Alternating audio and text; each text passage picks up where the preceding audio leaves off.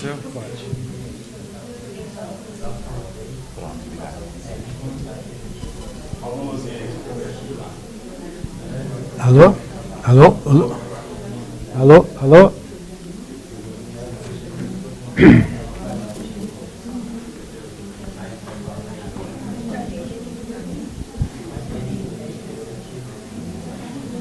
Olá, gente, boa noite.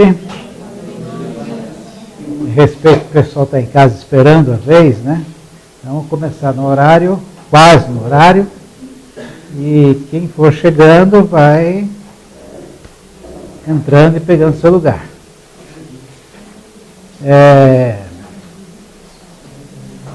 Este aqui é o quadro Grito, que eu esqueci de falar ontem, né? Aqui está ampliado, não sei se vocês dá para perceber, uma pessoa com a mão no rosto aqui, gritando, né? É um quadro do 1800 e quase 1900, Edivar, não foi nosso Edivar, é um outro Edivar que fez. Muito famoso esse quadro, angústia, desespero e assim por diante. Vamos falar um oi para o pessoal da casa, da internet. Oi, pessoal! Pronto. Estão aqui, estão também que tivemos, tá? Então, aqueles lembretes, né? Você está sendo filmado, sorria. Bom, então, rapidamente, só lembrando, nós estamos falando de depressão, mas num aspecto mais amplo, todo aquele mal-estar da alma e não restrito a um diagnóstico clínico, tradicional, convencional que se tem, tá? E junto com isso também as ferramentas espirituais que nós temos para enfrentar esse mal. Então, não se trata aqui de uma aula de psicologia ou de um curso de psicologia, uma abordagem psicológica, né? É uma abordagem espiritual a respeito de nossa alma. Então, não vamos ficar com expectativas equivocadas. Também vimos rapidamente as dificuldades, os malefícios que as redes sociais nos apresentam, porque apresentam um mundo falso, onde todo mundo é feliz, ou onde todo mundo só posta a parte que é feliz, e a gente fica achando que nós somos os piores do mundo, né? Também na questão econômica, existem pessoas muito mais, em situações muito mais drásticas, muito mais terríveis que nós, muito mais, né? Aquela semana que morreram vários moradores de rua de São Paulo, morreram de frio, eu estava em casa pensando neles e pensando assim, eu tenho o privilégio de ter um chuveiro quente. E a gente entra e sai do chuveiro, nem pensa isso, né? Mas como é diferente a nossa vida, né? O mundo não é aquilo que está ao nosso redor. Com relação também ao amor, né? A gente acha que quem é amado que é feliz, mas na verdade quando nós amamos, essa é a possibilidade de nós encontrarmos a felicidade amando e não esperando ser amado. E depois então entramos na questão dos pensamentos recorrentes, né? E a grande sacada é transformar o pensamento recorrente em oração incessante. Então, não fica brigando, conversando com o pensamento. Pega ele e fala com Deus a respeito dele, né? E ao falar com Deus, você vai também se organizando a sua mente e tudo mais. E nós temos assim, muito mais chance de vencer esse aspecto da nossa vida do que ficar insistindo, conversando com o próprio pensamento. Tá? Sejam bem-vindas. E também lembramos que a gente não deve ficar preocupado em controlar aquilo que é incontrolável, né? Não está em nossas mãos controlar a reação, a ação dos outros, né? Se ele fala uma verdade a nosso respeito, a verdade é, se fala mentira, não tem nada a ver comigo, então tem que controlar o outro. Também não tem que controlar a questão do passado ou do futuro, né? Às vezes fico preocupado com algumas coisas, a palavra preocupação já diz, né? Preocupar. E talvez essa coisa que me traz preocupação nem venha a acontecer, nem venha a surgir. Então, não pensar no incontrolável, né? Criar um hábito de uma disciplina espiritual no relacionamento com Deus não fazer da nossa conversa, nossa procura a Deus uma coisa esporádica quando precisa, mas fazer disso um hábito, né? Então nós temos o hábito de escovar dente, o hábito de almoçar, de jantar, então temos que ter o hábito de se relacionar com Deus também, constantemente. Ter aquela consciência corporal, saber que nós não somos um cérebro que fica pairando por aí, né? Ter contato com outras coisas de respeito ao nosso corpo, termos atividades físicas, atividades artísticas, coisas que nos envolvam, né? E também ter vida familiar, vida comunitária, social, não esperando que eu possa receber desse ambiente, mas muito mais se propondo a dar, né? É melhor eu lavar a louça, está meio desapercebido ontem, alguns que estão nos acompanhando em casa lembraram depois, e outras coisas que ficou assim, poxa, não falei disso, né? Então, alimentação adequada. É difícil ter um sono bom se você se empanturra antes disso, né? Com comida pesada. Então, e uma alimentação adequada, todo mundo sabe que é uma alimentação adequada, né? É fácil saber o que é isso, a gente não vai detalhar. Mas isso influencia a nossa vida, nossa disposição física, etc. E muitas vezes, nosso mal-estar da alma vem da nossa alimentação, né? Então, depois de uma feijoada no sábado, dá uma tristeza, assim, né? Uma lerdeza, né? Né? Não é depressão isso, tá? E às vezes você sente também um vazio assim dentro, né? Esse vazio às vezes é fome, né?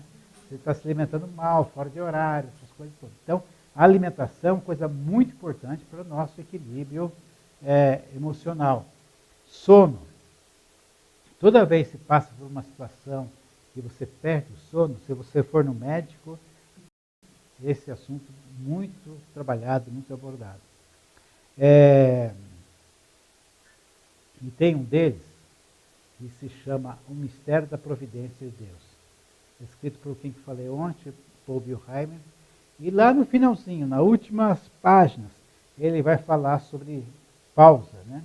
Então ele fala o seguinte: a diferença de uma sirene e de uma música é a pausa, né? Então a sirene é aquele barulho insuportável no momento, né? Chama atenção mesmo, né? Agora, a música, se ela não tivesse pausa, seria uma coisa semelhante. Ele compara isso com a nossa vida, né? A nossa vida sem o sono, sem as pausas, ela é horrível, é insuportável, né? E às vezes, quando nós não pausamos voluntariamente, né, Deus faz a gente pausar. Acho que nem ele aguenta a campainha que nós somos, né? Quando a gente fala em oração incessante, gente, então a oração, além de organizar nosso pensamento, ela nos fortalece espiritualmente também. E pensa o seguinte: muitos pensamentos que vêm sobre nós, que são recorrentes, é o próprio inimigo tentando nos oprimir, né? Então ele quer ver a gente aniquilado, ele persegue, corre atrás, né? Jesus fala que ele ciranda, né? Como trigo. Pedro fala que ele está à nossa volta, ao nosso redor. Então, aquilo lá, ele está em cima de nós. Mas se nós começamos a reagir com oração, ele começa, um certo momento, a pensar duas vezes, né? Eu vou provocar o dia, ou ele vai orar, então é melhor não mexer com isso, né? É melhor não mexer com ele. Então, a oração nos fortalece também. Nós nos tornamos mais fortes para enfrentar as cargas que o inimigo faz sobre nós.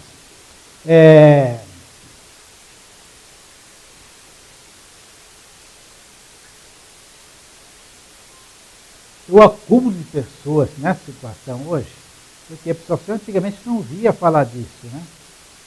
De fato era menos. Todo o mal que existe hoje já existia antes, mas existia em uma quantidade menor. E é possível de se ver isso por algumas razões, né? Então, vamos pegar aqui a alimentação. A alimentação que a gente tinha, ou que se tinha antes, era uma alimentação mais saudável, mais pura. Hoje, toda alimentação vem com uma carga de químicos, né? e que vai mexendo com a gente. Conservantes, agrotóxicos, todas essas coisas, pesticida e tal, né? E vai mexendo com a gente. Então, quando se tinha pouca coisa industrializada, então aquele produto industrializado tinha lá, contém isso e aquilo outro. O pessoal até admitia que aquilo lá poderia causar uma doença, mas naquela quantidade, naquela lata, era insuficiente para isso. Mas depois passou a ter tanto industrializado, que você pega um pouquinho de um pouquinho de outro, soma tudo, né? Aquilo vai causar problema. Então, uma das coisas que tem no mundo de hoje é isso, né? E a outra coisa, que a gente está cada vez mais com a vida fora dos padrões de Deus. Nós estamos aceitando uma normalidade que é viver fora da vontade de Deus. Isso de maneira geral. Né? A própria igreja vai se adaptando também às novas condições e tal, e o resultado disso, né, é interessante que do ano passado para cá, a gente tem visto muitas notícias, né, de ministros, pastores, né, ministros religiosos suicidando. É um contrassenso isso. Né? Porque tudo isso ele vai deixando lá os padrões de Deus, vivendo em conformidade com nós mesmos, né? Inclusive dentro da igreja. Em vez de a gente se adequar a Deus, nós queremos que Deus se adeque a nós. Né? Então as pessoas falam assim, mas eu não acredito que Deus, que é amor, ele vá concordar, vai preferir que eu sofra. Né? O sofrimento como uma coisa fora do espaço de Deus. Parece que sofrer não tem a ver com Deus. Então, a vida do céu aqui na terra, nós queremos, mas queremos também sem Deus. Né? Sem compromisso. Quero ser livremente feliz, independentemente feliz. Isso não existe. Né? Ou você coloca calças luvas ou põe um anel. Né? As duas coisas, ou somos felizes com Deus, ou não tem jeito. Bom, então, vamos entrar no assunto de hoje. Alguém tem algum comentário disso? Não? Oi, Luísa.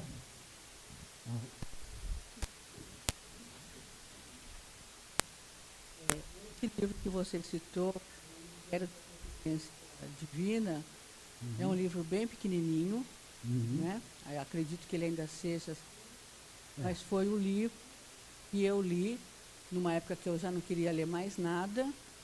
Foi na época também que eu comecei a ficar depressiva, e foi o livro que eu li e que começou a muitas coisas no relacionamento com Deus. E para mim foi muito boa a leitura desse livro. Lá a gente vai aprender nesse livro que todas as coisas contribuem para o bem daqueles que amam a Deus. E que ninguém e nada pode fazer mal algum, a não ser que nós aceitamos. Eu li esse livro várias vezes. Né? Há uns anos atrás eu lia pelo menos uma vez por ano. A gente fala de livro, mas é uma leitura muito agradável, fácil, rápida. Uma das vezes que eu li, eu estava no Hospital do Servidor, aguardando uma consulta no hospital. E cheguei lá, me interessei com o livro, comecei a ler. Daqui a pouco eu terminei o livro, não tinha ninguém mais no saguão lá, né? Chamaram e eu não ouvi. Saí ali, eu encontrei uma senhora, escuta, acho que me chamaram, não ouvi. Falou, quem que é o médico seu? Ele olhou assim, ele é lerdinho, mas é bom, viu? Era o único consultório que estava aberto, ainda atendendo o penúltimo paciente, o último era eu. E ele me atendeu como se fosse o primeiro do dia. Fez um monte de perguntas, me ensinou como comprar o óculos, que foi a primeira vez que eu usava óculos e tal. E depois saímos juntos, apagando a luz do consultório e tal. Ou seja, uma consulta assim, de primeira. Né? Então, todas as coisas contribuem para o bem dos que amam a Deus. Né? Até situações de imediato. Tá? Bom, então, o sofrimento, gente, não é uma coisa aleatória, não é uma coisa que está fora dos planos de Deus para as pessoas que servem a Deus. A gente não vai ter, assim, alguém que sirva a Deus e não vai ter problema, não vai ter dificuldade. Às vezes, as dificuldades são exatamente por servir a Deus. O salmista, ele tem um momento de... Os Salmos é um livro muito bonito, gente.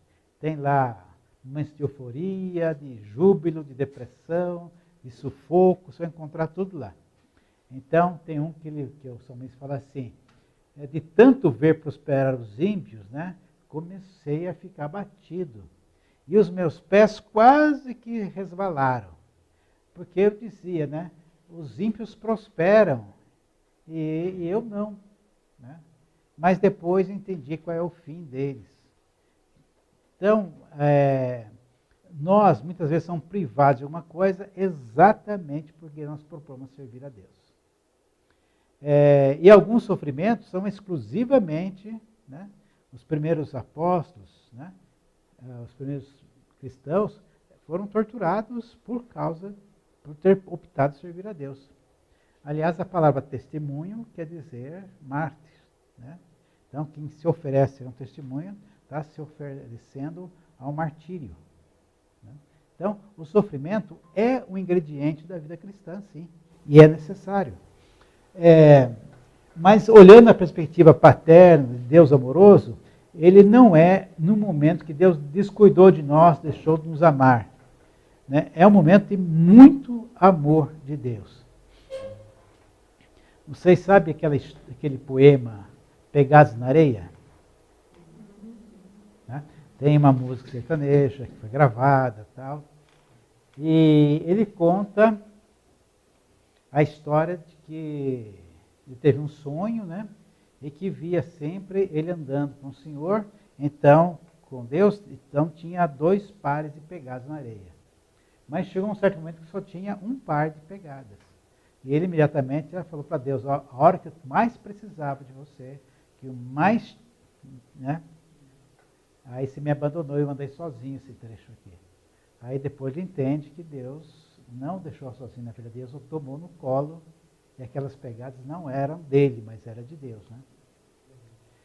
Bom, essa é a história do poema, tal, mas esse poema foi escrito por uma enfermeira cristã americana. Ela foi um dia com o marido num passeio com as crianças. E quando chegou nesse passeio, aí teve acho que um ataque, alguma coisa assim que perturbou, e o marido dela era cardíaco, estava com um grupo de crianças e ela com outro. Mas só que entre onde ela estava e o outro tinha um valo muito grande, não dava para passar. E na hora que deu a confusão lá tal, o marido dela teve um ataque. Ela não conseguia ajudar as crianças, conseguia ter o marido e tudo mais tal. Mas por fim, alguém que estava lá no grupo que estava com o marido, era alguém que tinha capacidade para atendê-lo. Foi socorrido, foi para o hospital tal. E tudo deu certo. O marido dela não ficou, não morreu, ficou bem e tal, E aí então ela escreveu esse poema.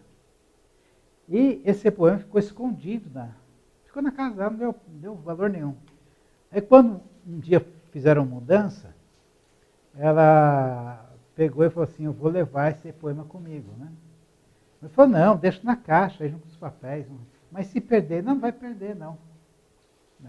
Aí o caminhão de mudança levou tudo embora, levou a caixa com os cadernos, anotações dela, e estava lá o poema. Aí quando abriu as caixas na outra casa, lá em outro estado, cadê o poema? Sumiu. Aí ela passou um tempo, viu o poema dela sendo escrito, publicado e vendendo, e muito famoso e tudo mais e tal. E ela era a autora daquilo, Aí ela pensou, bom, vou processar a companhia de mudança, processar todo mundo, mais tarde eu vou querer. Aí ela, em oração, entendeu que não. Que se ela fez o poema para mostrar que Deus cuide de nós, ela não era a autora de fato. A autora de fato é o Espírito Santo, então que não mexesse com isso. E ela se resignou. E depois eu já vi tantas versões disso, eu tenho versões que ela é um poema espírita, né? Mas não é não. Mas o que eu quero dizer é o seguinte, que na perspectiva de Deus está ali presente o sofrimento na nossa vida. Só que de um Deus que ama plenamente naquela condição que nós falávamos ontem, né? Deus não pode deixar de amar por um instante, por um momento, né? Então ele participa do sofrimento, sofre no filho e pelo filho, né? Sofre. Alguém aqui já tomou Bezetacil? Eu tomei a minha em 1979.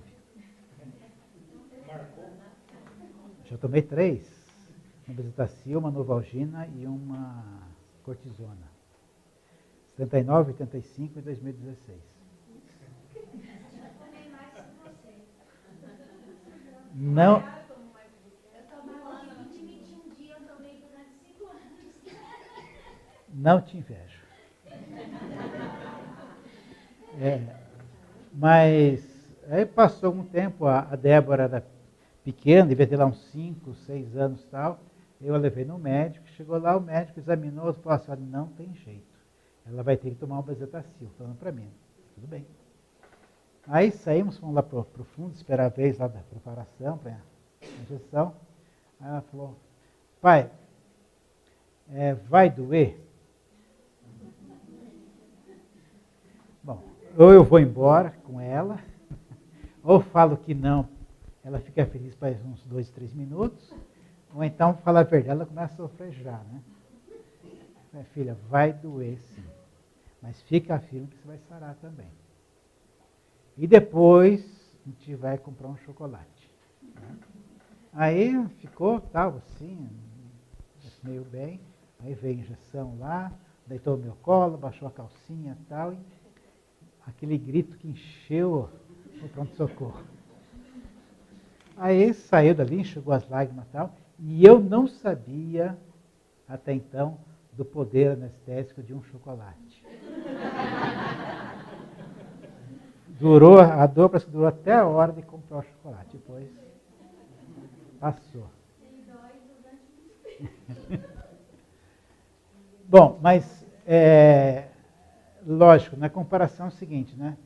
Se ela fosse poupada dessa dor da injeção, ela iria ter outros problemas, talvez mais sérios depois, né? Doeu, né? Lógico que doeu, né? Mas também doeu em mim, né? Digamos, eu patrocinei, de certa forma, aquela situação com ela. Então, o amor de Deus, o sofrimento que nós temos, não é um sofrimento que Deus está alienado, está de costas para nós. Não, Deus está sofrendo, porque Ele também não queria que aquilo acontecesse. Não está no prazer de Deus aquilo. Então, quando nós sofremos, Deus sofre junto conosco. Ele sente a nossa dor. Né? E aquele sofrimento, às vezes, aquela dose de sofrimento, poupa de um sofrimento maior depois. E isso é com certeza, é uma regra. Né? Então, Jesus falou, é melhor você não ter um membro, né, do que ir para o inferno inteirinho. Né? Então, perder um membro, ele é doloroso, mas ele é momentâneo, agora a eternidade é para sempre. Né? Nós tínhamos uma professora lá em Curitiba que ela dava primeiros socorros. E a ordem geral de primeiros socorros é a seguinte, você não sabe, não mexe na vítima. Essa é a regra. E ela falava, tinha muitos detalhes, ela conseguia ensinar, para mexe sim. Né? Porque é melhor você ter um sobrevivente, ainda que sequelado, do que um cadáver inteiro. Então, tem essa questão, né, de poupar do sofrimento maior. E todo sofrimento visa uma recompensa. Né? Eu fui alfabetizado em casa. E não levava muito a sério, não. Né? Até um dia que meu pai deixou lá a lição para fazer, a tarefa do dia, chegava à noite, ele pegava aquilo lá. Eu passei o dia inteiro, nem pus a mão no caderno. Chegou a noite, estava do jeito que estava no dia anterior. Né? Foram 3 cintadas. Pedagogicamente perfeitas. Né? Então, coloca a gente no prumo. Então, depois disso aprendi. Né? Veio a recompensa disso. E se com ele sofremos, com ele padecemos, com ele também seremos glorificados, com ele também reinaremos. Então, o sofrimento faz parte do reino. Então, Deus, nós podemos estar aqui reclamando nosso sofrimento agora, mas Deus está nos vendo no trono junto com ele. Né? E não vai nos poupar desse sofrimento menor. Não é uma indiferença, né? Deus não fica assim diferente, tanto faz como fez, não, né? Ele ama na hora do sofrimento. E, sobretudo, né, Deus, ele é pai, não é avô. Né? Então, o filho, para conquistar uma coisa, demora, né? O neto nem pede. Esses dias eu estava falando com a Marina e com o Vitor, né? Então eles foram para um encontro e deixaram os netos na casa da avó. Eles ficaram bem, chegaram até um estoque de doce. Aquele que fica em casa segurando para não comer, já tem um estoque de doce esperando eles. Quase nem falaram tchau os pais. Então, agora Deus não é avô, Deus ele é pai. Né? Alguém disse outro dia que você educa seus filhos e vai curtir seus netos. Né? Ou você curte seus filhos e vai educar netos depois.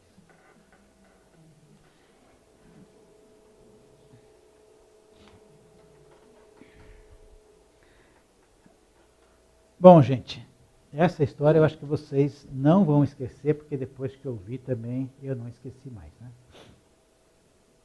Né?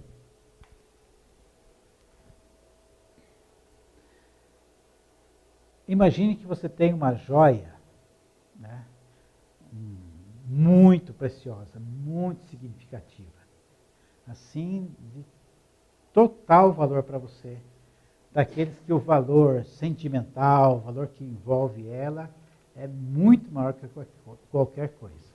Né? E um dia, você está lá no banheiro e essa joia cai no vaso sanitário. Né? Que foi usado pela pessoa que esteve lá antes de você. E não deixou nas condições que deveria ter deixado. E aí você olha o seu anel lá dentro. Sua joia lá dentro. Aí você lembra da pessoa que te deu aquela joia. Lembra o significado que é aquela joia. Então, acho que não tem jeito, né? Você vai... Né?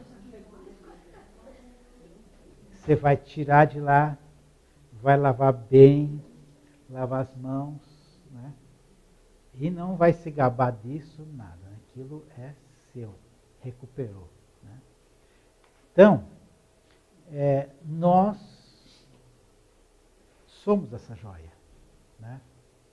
Deus nos criou, olhou para nós, muito bom, nos amou, desejou, somos altamente significativos para Ele. E um dia essa joia escapou da mão de Deus e foi no pior lugar que se imagina. E nesse pior lugar, Deus foi lá, nos resgatou, nos limpou, nos lavou e nos trouxe para Ele novamente. Então, hoje, estar na mão de Deus com uma joia limpa, ainda que possamos passar por maiores dissabores nessa condição, é incomparavelmente melhor do que a nossa situação anterior, antes de ser resgatado. Né? Então, quando nós se queixamos do nosso sofrimento, é muito simples, é só lembrar um pouco do passado. Né? Então, nesse último encontro, só fazer uma continha lá, uma pessoa que fume 3 maços de cigarro por dia. Mas cigarro R$ 30 de cigarro por dia. Vai dar aí R$ 900 por mês, 900 e tantos por mês. E ela gasta isso sem pensar, sem perceber, né? Sem dar conta disso. Se você acrescentar ainda mais alguma cerveja, uma outra coisa e tal, facilmente vai passar de R$ 1.000. Aí essa pessoa tem um encontro pessoal com Jesus. E começa a ser limpo, começa a ser lavado, né? O cigarro perde aquela necessidade, perde o sabor, não precisa mais do cigarro, não precisa mais tomar alguma coisa para poder dormir, dorme sem isso, enfim. A vida dá uma limpada. Né? Então, pensa bem, R$ 900 por mês. Em 10 meses, para fazer conta mais fácil, R$ 9.000. Em um ano, 10.800. Um ano. Aí essa pessoa é convidada para ir no encontro no final de semana, que vai custar R$ 90.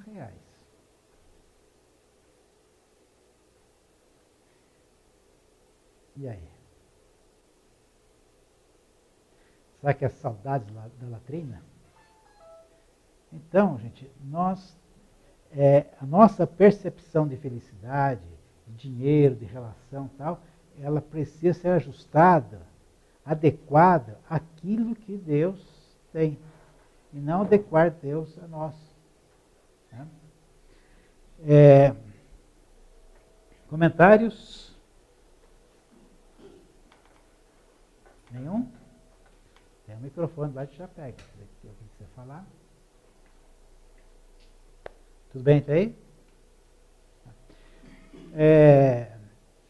Então, vamos suportar que alguém foi resgatado, saiu da latrina, está limpinho, bonitinho, tudo mais tal, e feliz da vida, porque a vida lá antes era terrível, era muito ruim, incomparavelmente, né? Então, né, o que é R$ 90? Né? O que é gastar algumas horas da noite, se antes eu gastava a noite toda, enfim, né, me expunha uma série de coisas, tantas coisas que pode fazer, feliz. Agora, quando nós começamos a ser mesquinhos com o nosso tempo, começamos a ser mesquinhos com o nosso dinheiro, começamos a ser mesquinhos, isso significa que nós estamos voltando a olhar para nós mesmos. Então, Pedro fala que a pessoa que deixa os caminhos de Deus é como a porca que voltou ao espojadouro de lama. Né? E às vezes a gente pensa que desviar-se da fé é simplesmente você voltar a fazer tudo isso outra vez. Né? Mas há um voltar físico, natural, visto, perceptível, né? A pessoa que ia à igreja, começa a ir para os bares, ia para um lado e para o outro, começou a brigar, separar, enfim, começou a ter uma vida torta outra vez, é visível. Mas essa torpeza visível, ela começa internamente no coração. Às vezes a gente não dá conta, mas o nosso coração começa a reclamar da felicidade que Deus propõe para nós, querendo dizer que a felicidade verdadeira é outra, é de outro jeito. Né? Você vai na reunião hoje, ó, quanta gente vai uma pizzaria, vai você para onde, uma divertindo, você vai para a reunião. Né? É só olhar no Facebook, todo mundo feliz. Então nosso coração começa a se desajustar. E isso começa a trazer conflito para nós. Nós começamos a colocar em dúvida a nossa conversão, colocar em dúvida o amor de Deus para nós. E esse conflito necessariamente vai se instalar em nossa mente, vai levar-te para baixo. Nós temos muitos motivos para curtir, para aproveitar a felicidade que Deus nos dá. Aliás, acho que só retomando ontem, uma das questões que foi colocada é o seguinte, né? Então, essa situação, de maneira geral, é por causa do pecado? É por causa do pecado. Né? É por causa do pecado. Se não tivesse pecado, nós não estaríamos numa situação dessa. Mas a gente vai falar isso depois do intervalo. Tá? Então, vamos aproveitar para tomar nossa água, né? E voltamos daqui a 5 minutos.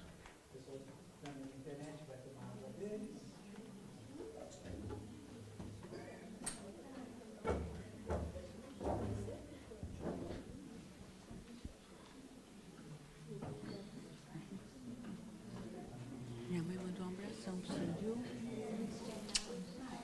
Tá joia.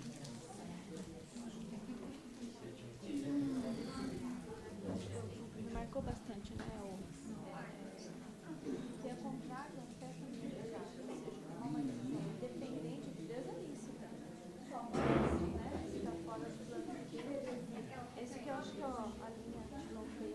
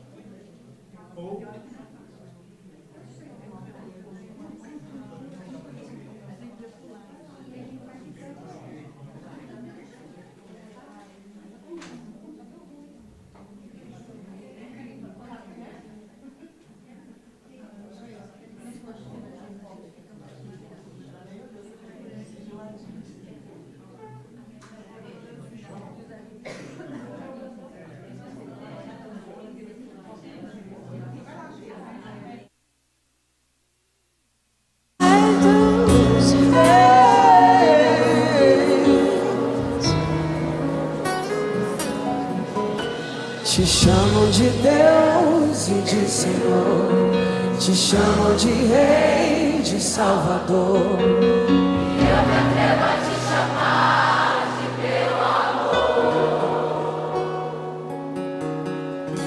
Te chamam de Deus e de Senhor, te chamam de Rei, de Salvador. E eu me atrevo a te chamar de meu amor. Diga o nome dele, Yeshua. Yeshua, Yeshua, tu és Salvador.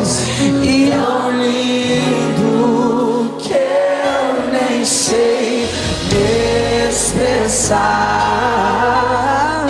Yeshua, tu és tão lindo, Yeshua.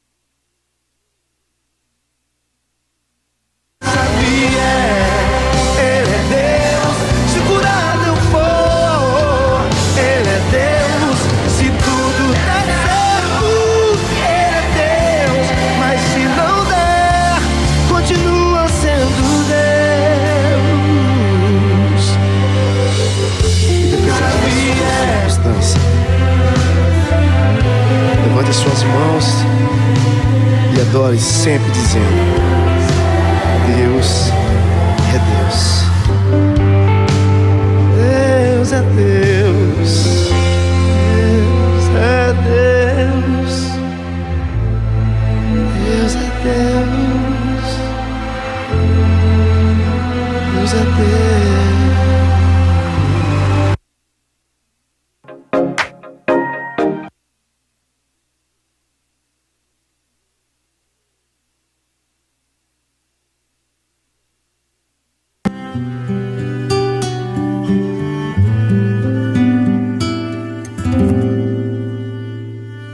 Nada é igual ao seu redor,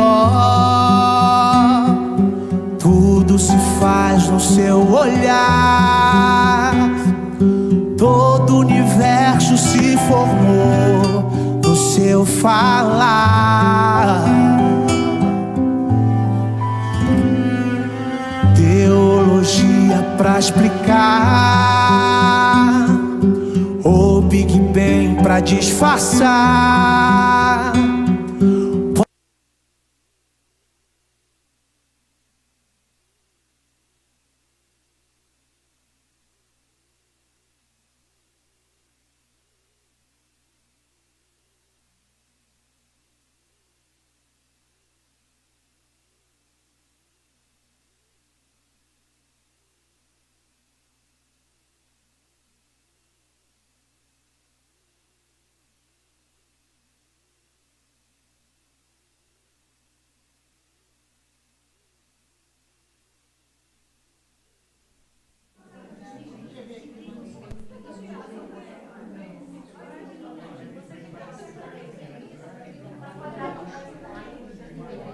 Vamos lá, gente.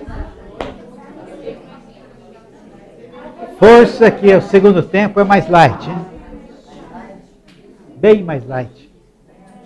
Sem bezetacil, sem novalgina, sem nada disso.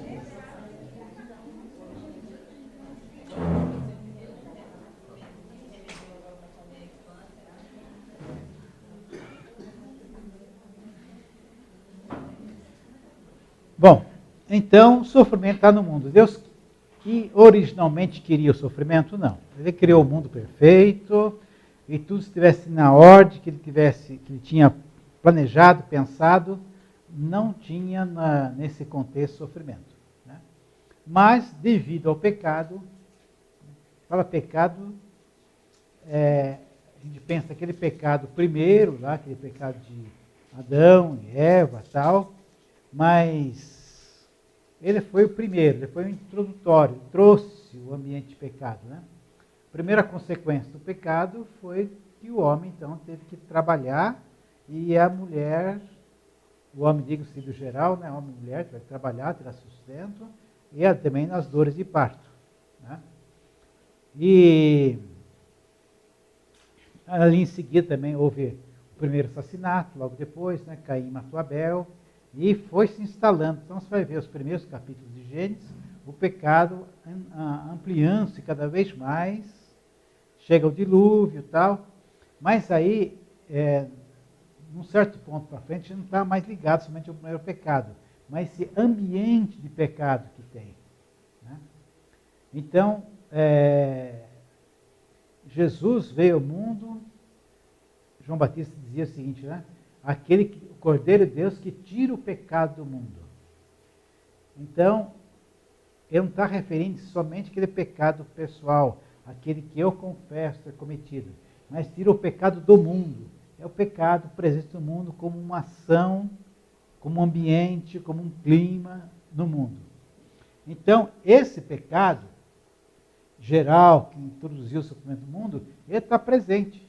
Então, muitas pessoas têm consequência do pecado, sofrimento, consequência do pecado, mas não é do seu próprio pecado, mas do pecado geral que está no mundo. Então, lá em João 12, fala daquele ceguinho, né? Então, a primeira pergunta que os discípulos fazem para Jesus, quem é que pecou para que ele nascesse assim? Ele mesmo ou os pais dele? Jesus fala, nenhum e nem outro. Né? Então, os pecados que nós sofremos consequências, né, É um pecado que existe. Nós estamos assistindo agora as queimadas aí, né? A semana passada teve uma nuvem que encobriu São Paulo, né? Todo mundo teve consequência disso. Mas quem daqui que foi lá acender um fósforo lá para fazer queimada? Mas aquilo lá atingiu a todos, né? Então o pecado, inclusive o pecado pessoal, ele não tem consequências pessoais, imediatas, individuais. Eu peco e tenho consequência desse pecado. Cada vez que há um pecado, ele como que se polui o mundo, ele permeia o mundo. Então, pessoas sofrem por causa do pecado de outros também. O meu pecado afeta a vida de outros. Um exemplo bem claro. Se tem uma pessoa que ela é usuária de droga, ela está se acabando, está usando crack, está se definhando, mas junto com ela, toda a família está sofrendo. Às vezes até mais que ela, porque ela passa um bom tempo inconsciente do que está acontecendo. E a família tentando. Então, é um pecado que ele vai ampliando. Então, o mundo, ele jaz no maligno, ele jaz dentro desse pecado, está dentro desse pecado, né? E nenhum pecado nosso, ele fica restrito a nós mesmos. Então, tem um poeta inglês que ele dizia, escreveu um poema por quem os sinos dobram, né? Na época, então, quando morria alguém, tocava-se o sino da igreja. Então, perguntava, quem morreu? Por que o sino está tocando? Então, você não pergunta por que o sino está tocando por você. Porque cada vez que alguém morre, é um pouco de você, de mim também, que está morrendo. Né?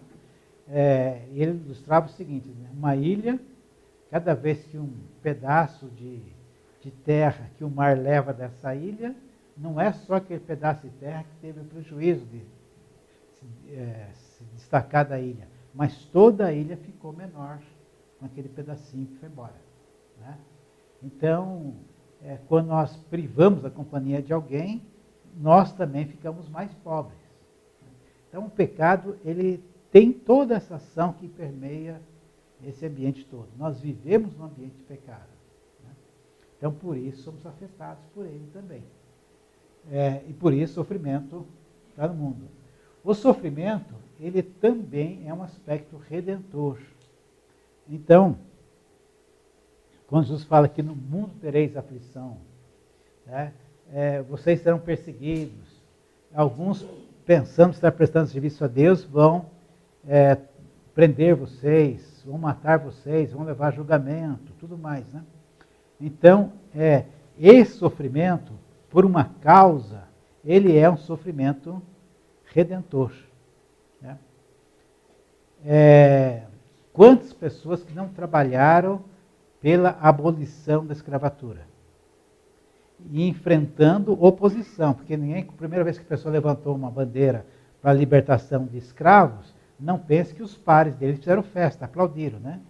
Ele expôs sua vida a risco, né? Então, mas ele sofreu com isso, mas foi um sofrimento que trouxe redenção. Coisas mais recentes, né? O pastor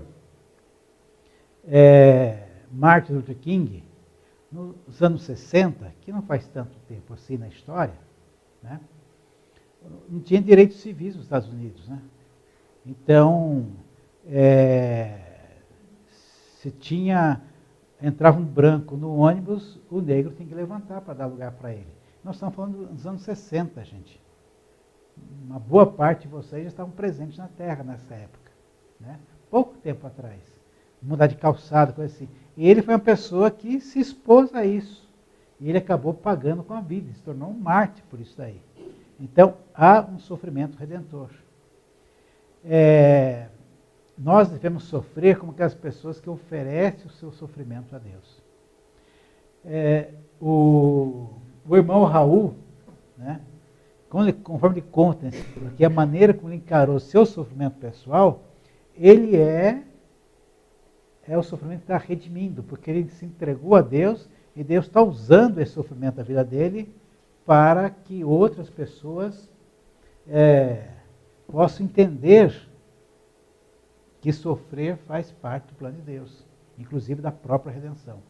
E o sofredor maior da história, quem que é? Jesus, e Jesus, o próprio Deus. Né? Deus sofreu. Deus não fez festa no dia que o Pai enviou Jesus para cá, né? No sentido de que agora ele vai ver só o que é a vida, coisa do tipo, né? Quando os filhos crescem agora, você vai ver. Né? Não, ele sofreu. Né?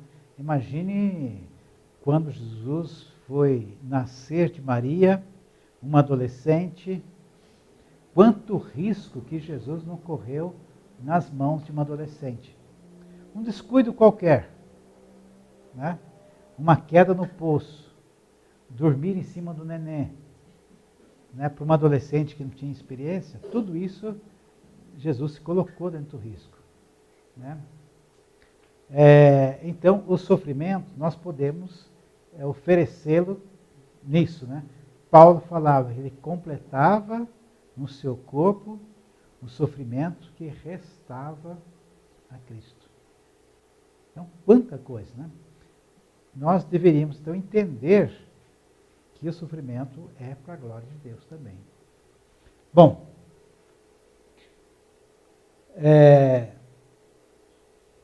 já vimos algumas coisas aqui. O que recebemos de Deus é que garante nossa vida, não é exatamente o que pedimos. Não sei, vou contar a minha experiência, vocês já passaram por isso. Né? Em algum momento da vida você fez um balanço com Deus? Né? Então, uma vez, pouco tempo atrás, um ano, 2 anos atrás, eu estava caminhando e conversando com Deus, colocando, tendo ali uma DR com Deus lá, né? E comecei a listar, falei, Senhor, tantas coisas que eu peço há tanto tempo, e até agora não vi nada disso, né? Gente, sinceramente, não está nessa relação o fato de eu ganhar na loteria, coisa do tipo, eram coisas que, na minha opinião, não dá para fazer, né? Isso é legal. E fui ali, conversando com Deus, e uma certa hora Deus falou o seguinte, né? Muito bem, você pediu tudo isso e não recebeu. Mas você recebeu isso, realmente. Você pediu isso? Não pedi. Agora, essas coisas que você pediu e não recebeu, te impede de viver? Não. Continuo vivendo até hoje sem ter recebido ainda. Aliás, ele não me deu ainda, tá? Isso bem claro. Mas continuo vivo. Aquelas coisas que ele listou, que eu recebi sem pedir, se eu não tivesse, não existia mais. Simples assim. Né? Então, nós temos uma atenção de Deus, Deus faz por nós muito mais abundantemente além do que pedimos, do que pensamos. Né? Uma coisa muito simples, gente.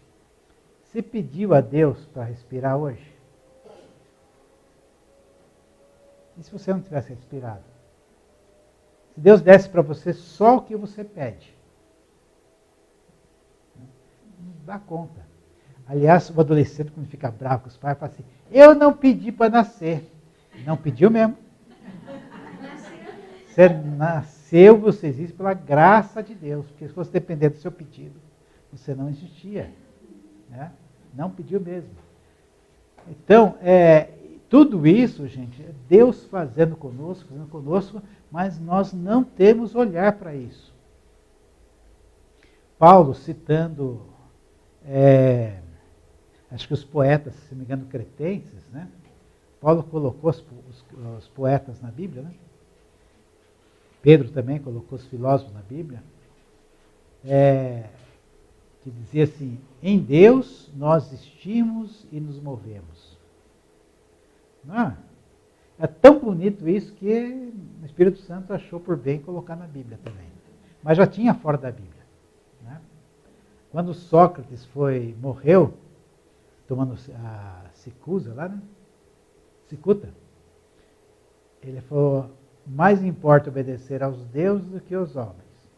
Aí Pedro corrigiu o português da frase, mais importa obedecer a Deus do que aos homens. Né? Tem coisas que estão fora da Bíblia, mas que Deus também falou. Né? Porque se fosse colocar na Bíblia tudo o que Jesus fez, o que Jesus ensinou, não caberia. Né? Bom,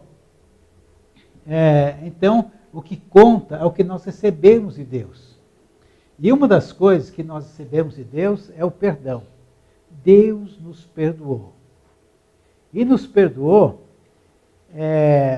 não somente apagando nossa dívida, mas o perdão de Deus é tão fantástico que Ele, ao nos perdoar, Ele também transfere a nós essa questão de liberar perdão também. E uma coisa que é muito interessante, que é exatamente a maneira contrária que nós vemos, é o seguinte: parece que quando eu perdoo alguém, esse alguém foi beneficiado com perdão. E simplesmente. E se eu retenho e não perdoo essa pessoa, o azar é dele, ele continua devendo. Essa é a maneira de ver o mundo. Mas o perdão, ele é essencial, ele é importante, muito mais importante para quem libera o perdão. Se nós retemos o perdão de Deus conosco, ele nos sufoca, ele nos mata. Se nós liberamos esse perdão, nós também ganhamos vida nisso. Tem aquela história que Jesus conta, né, do servo incompassivo, que o senhor dele perdoou-lhe uma grande dívida. E depois ele encontrou um outro amigo, um outro conservo, outro servo também, que devia uma merreca para ele. Ele partiu para cima para receber, tudo mais tarde, botou na cadeia. Né? Então, o perdão que ele deixou de dar para uma merreca anulou o grande perdão que Deus tinha dado para ele. Então, nós somos perdoados por uma coisa, para perdoar. Perdoados para perdoar, perdoados para perdoar. E esse perdão que nós liberamos, ele é libertador. Às vezes, nós retemos conosco perdão a uma pessoa, inclusive, que a gente já morreu. Então, o que ela vai ser beneficiada com o meu perdão? Nada, mas eu vou ser beneficiado. Não vou ter mágoa, não vou ter rancor, não vou despertar uma doença psicossomática em mim, tá? Porque eu estou liberando o perdão, estou vivendo bem com essa pessoa. E a luta eterna, a luta da vida, é uma luta de Deus com o homem. Então, quando a gente fala algumas coisas, você vê como o mundo funciona de um jeito oposto ao que Deus ensina. Então o mundo fala assim, você tem que poupar, você tem que guardar para você ter. E Deus fala, você tem que dar para você ter. Né? Você tem que oferecer sua vida para ganhar vida. E o mundo fala, você tem que se acautelar e guardar a sua vida, preservar a sua vida. E a gente passa, então, parece que a nossa vida brigando com Deus. Até que tem uma revelação de uma coisa, então a gente aceita, se dobra aquilo, depois tem outro, mas, de maneira geral, a gente vai confrontando com Deus. E a gente vai dando trabalho para Deus. O grande trabalho de Deus somos nós. Jesus falou que o Pai trabalha e Ele também trabalha, até hoje. Né? Mas, será que Deus está criando outro mundo, outros planetas, outros sóis, por aí? Não. O que Ele criou naqueles 6 dias, criado está. Então Deus não está mais fazendo isso. O grande trabalho de Deus hoje, a grande obra de Deus, é fazer que nós creiamos que Ele enviou Jesus, o Pai enviou Jesus, é crer em Jesus e crer nele. É o convencimento. Não é um crer que nós imaginamos aquele crer filosófico, né?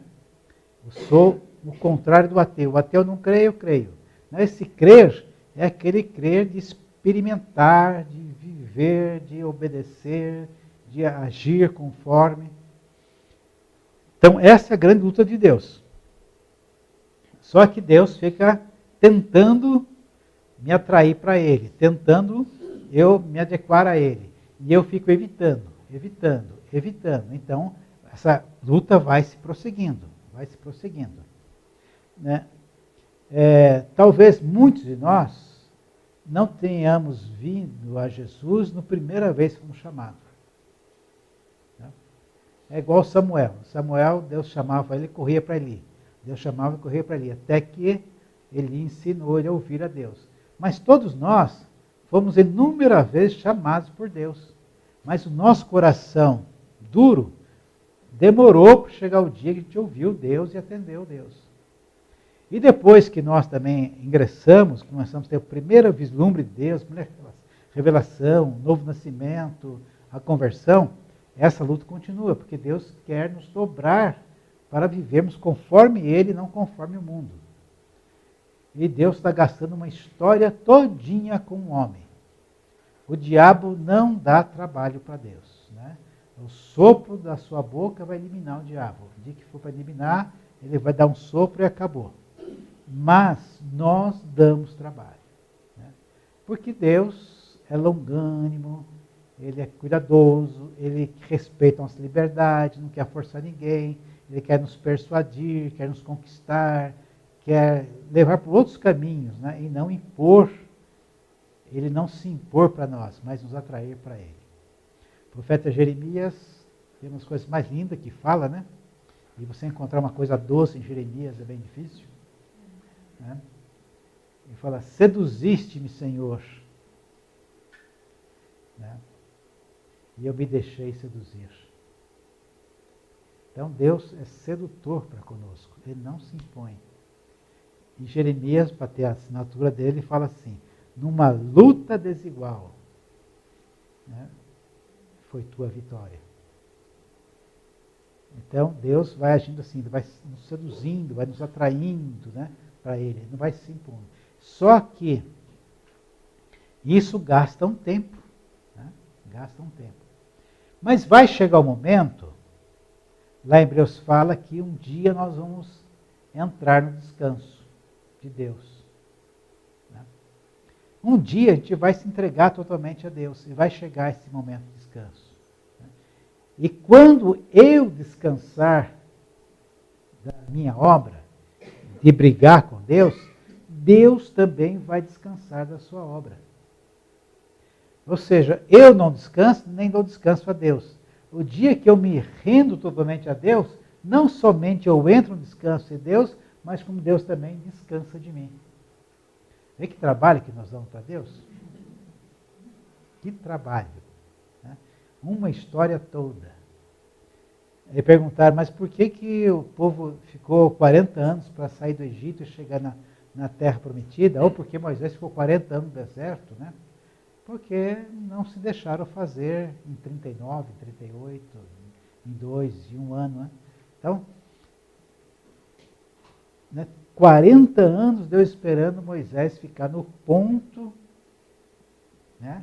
E mesmo assim a conversa não foi muito tranquila, né? Bom, então a nossa luta pela vida até o descanso. Né? O descanso que todos nós vamos ter um dia.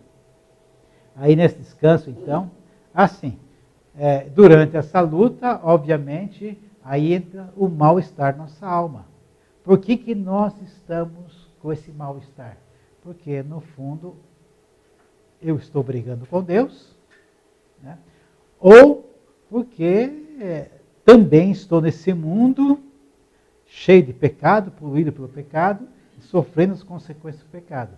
Mas mesmo assim, esse sofrimento que não é direto de mim, eu posso oferecer a Deus e viver com Ele e viver bem, sem brigar com Deus. Bom, a história da morte é uma história bonita, né? Então, quando o homem pecou, Deus tomou 2 providências. Uma, deixar que o homem morresse. Outra coisa, ele não ter acesso, as coisas estão ligadas, à árvore da vida. Por quê? Agora ele é um pecador. Se ele tivesse acesso à árvore da vida, ele ia viver a vida inteira em pecado. né? Em nossos 60, 80, 90, 100 anos, a gente já comete bastante pecado, né? Imagine se não morresse, não parasse de pecar. Ia ser difícil, né? Então, deu um limite para o homem e não deu acesso mais à árvore da vida. A consequência do pecado é isso que nós conhecemos, a desordem generalizada. Deus criou tudo numa ordem perfeita, né? Era um reino, um só Senhor, um só Deus. E um só reino. E quando a gente pensa em Deus único, um só Deus, isso é uma coisa muito lógica para a ordem, né?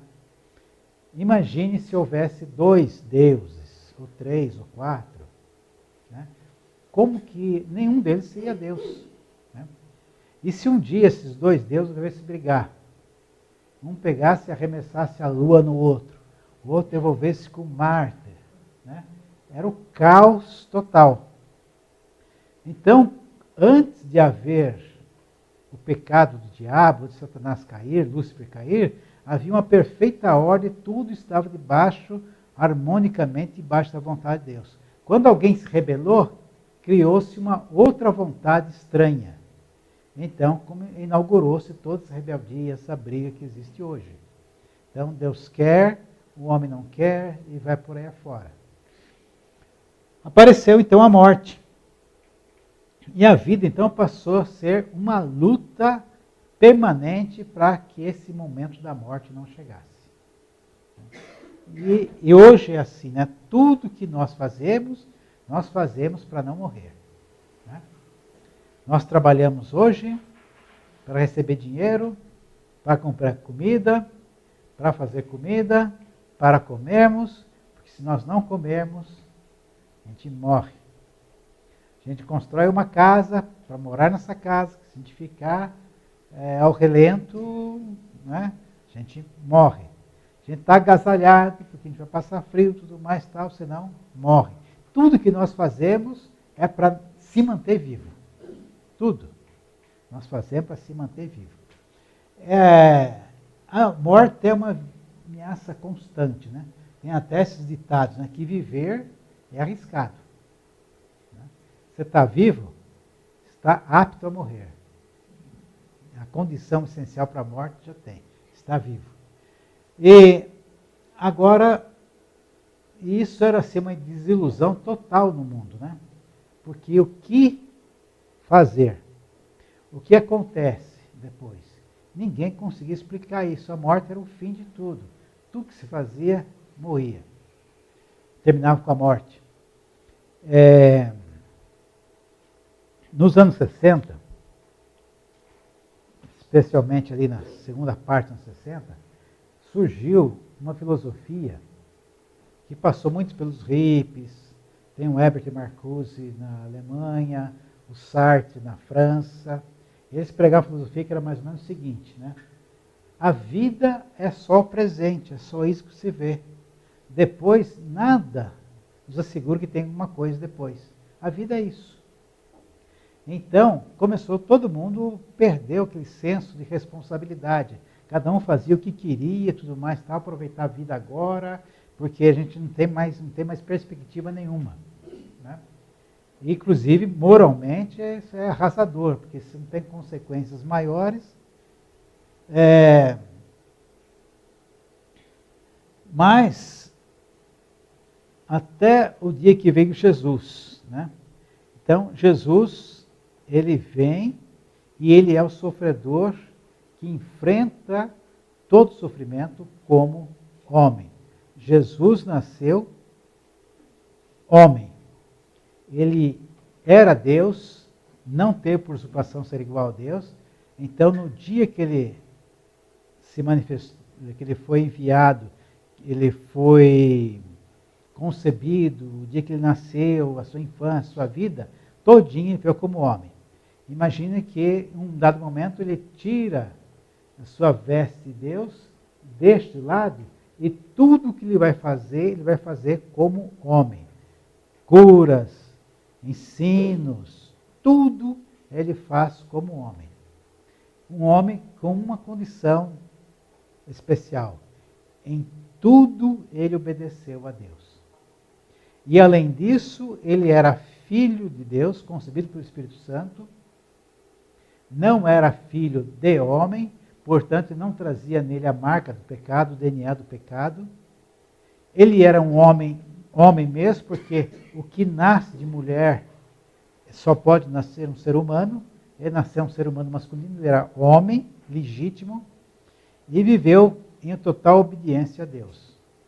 Se ele tivesse usado em algum momento recurso divino com ele teria se descredenciado a fazer a obra que fez. Então, quando o diabo o levou no deserto, né, o diabo tentou fazer com que ele pegasse o poder de Deus que ele tem à disposição e colocasse. Né?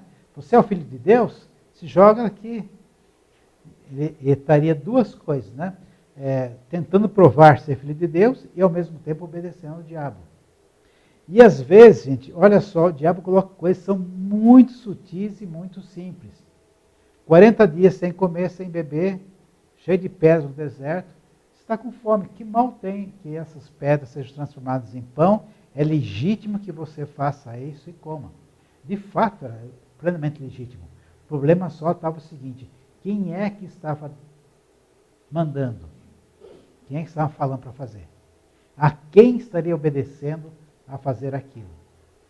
Então, ainda que nós temos coisas legítimas a serem feitas, tipo assim, isso aqui não é pecado.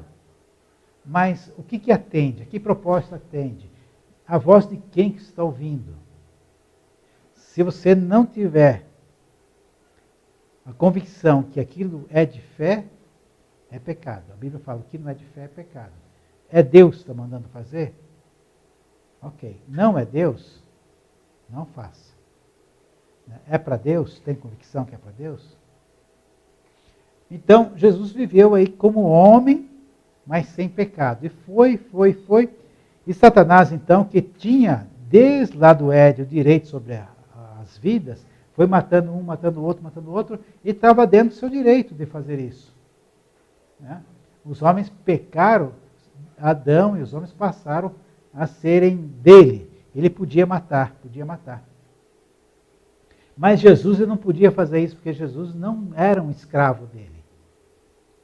E ele então, ou fazia Jesus tornar-se escravo obedecendo, e foi levando Jesus para uma situação seguinte: ou você me obedece ou você morre.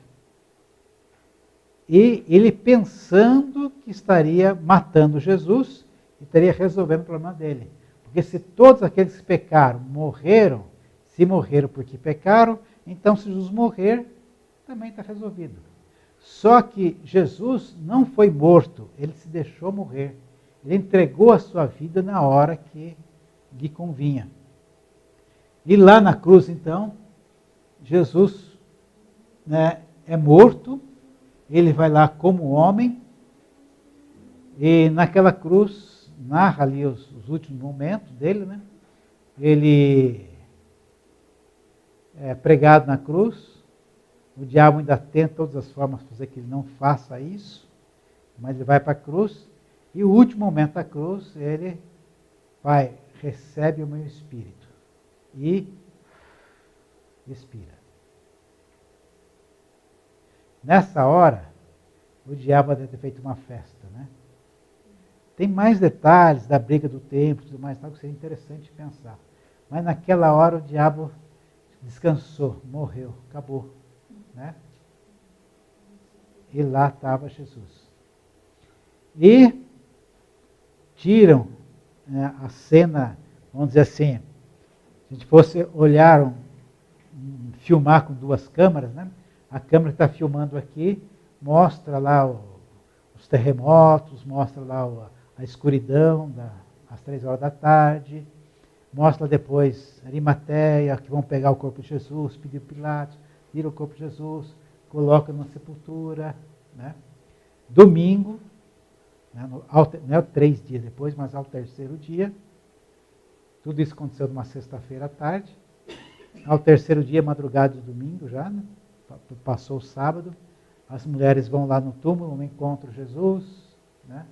Cadê Jesus? ressuscitou. João corre, Pedro corre, João chega primeiro, João espera, Pedro entra, constata. Então, uma câmara está mostrando isso. Agora, o que a outra câmara está mostrando enquanto isso, em paralelo? Né? Em paralelo, lá fala em Atos que o corpo de Jesus não chegou a ver a corrupção. Né? Não apodreceu. Lembra de Lázaro? Quando Jesus chegou lá, fazia 4 dias que Lázaro estava morto. E a irmã fala assim, já cheira mal. Já está em putrefação, já está estragando. Né? E o corpo de Jesus, ao 3º dia, não deu tempo de nada. Né? Ele ressuscita. Mas vamos ver a outra câmara. A outra câmara, então, Jesus morre, o corpo fica lá, né? E ele desce como todo mundo deveria descer ao inferno. Então, a festa continua, o carnaval continua. Né? Todo mundo lá no inferno feliz porque Jesus morreu.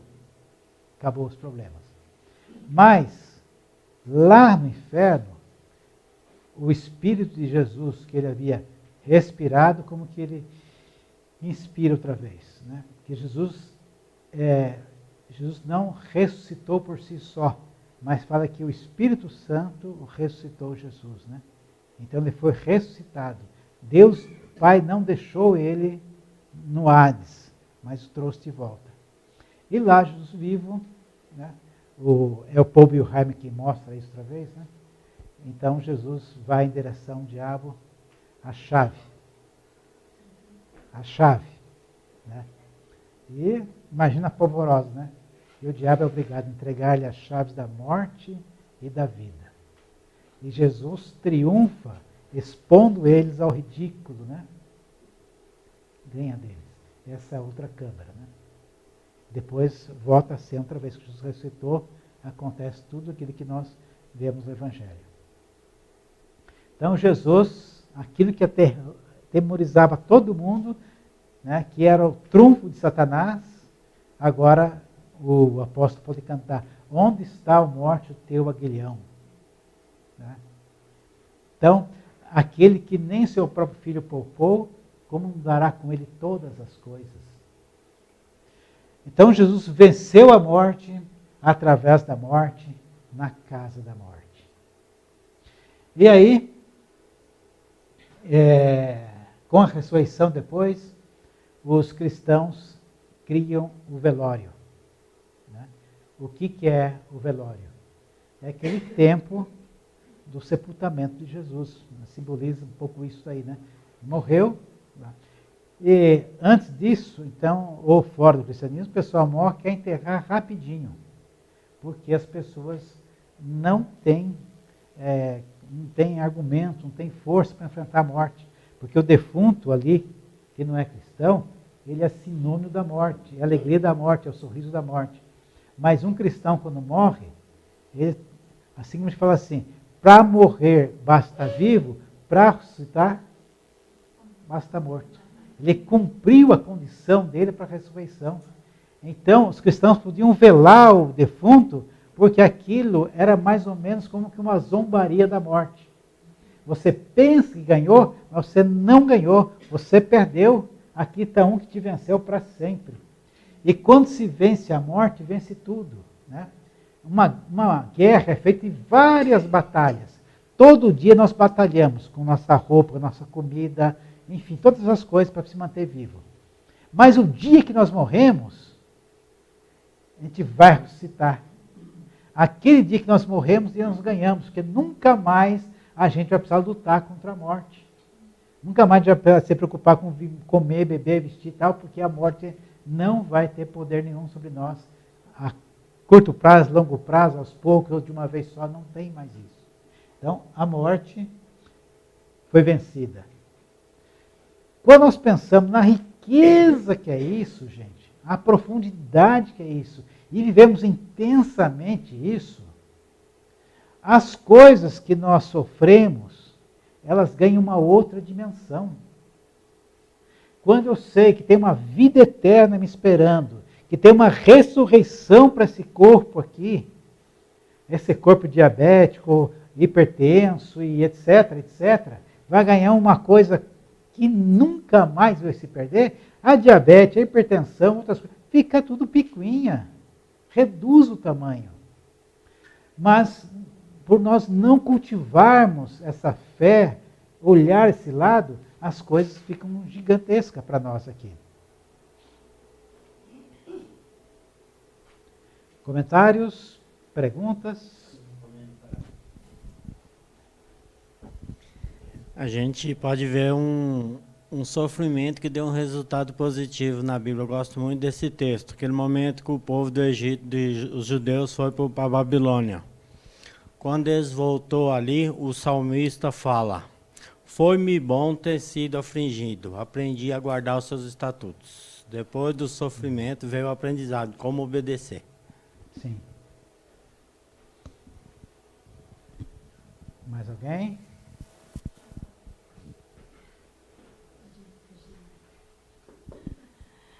Só queria falar assim que eu pratico yoga, né? E também pratico muita caminhada, né? Com as DRs que o Pedro falou, né? Mas eu gosto também de meditar e quando você medita, você tem que escolher uma palavra, alguma coisa para você meditar. E o que eu medito é exatamente o que o Pedro falou, né? Que nele nós existimos, nós somos e nós vivemos. Então, essa sempre é a minha meditação em todo o tempo, tanto na caminhada, quanto na meditação, quanto no momento que eu estou fazendo yoga, porque tem momentos que você para, né, para pensar. Então, esse é sempre o meu foco. Era isso. Amém. Mais alguém?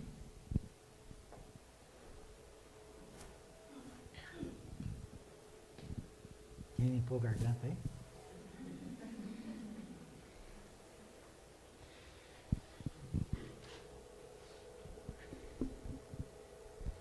Então, é isso. Eu queria, o objetivo de hoje é a gente mostrar a desproporção do sofrimento com relação ao gozo que está para nós.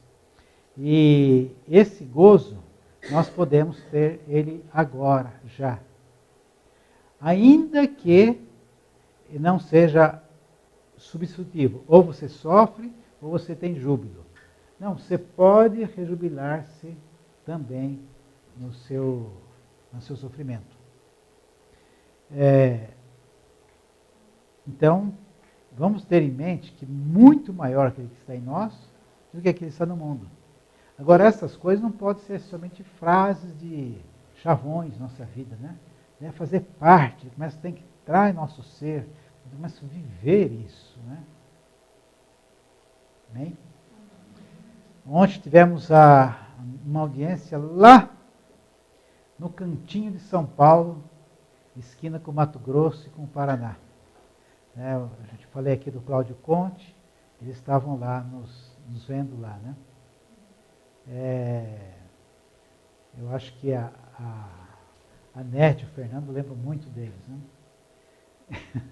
Eu digo isso porque eles muitas vezes passavam em casa assim, embebecidos, né, que tinham ouvido lá na casa da Nete e do Fernando, né? Assim, alegre, feliz, contente e tal, né? São coisas que às vezes as próprias pessoas não marcam, né? Mas a gente, né? Talvez a Nete está aqui pensando, mas quando foi que foi essa vez, né, que aconteceu isso? Mas, graças a Deus, às vezes a gente nem lembra mesmo, né? Mas eu me lembro muitas vezes de ouvir os dois falando dessas coisas, né? Então, coisas pequenas, aparentemente pequenas, são muito importantes na nossa vida. Se nós atentarmos para ela, faz toda a diferença no nosso viver. Então, nosso abraço aqui, né, para o Cláudio e para a Andréia lá em Rosana. Oremos.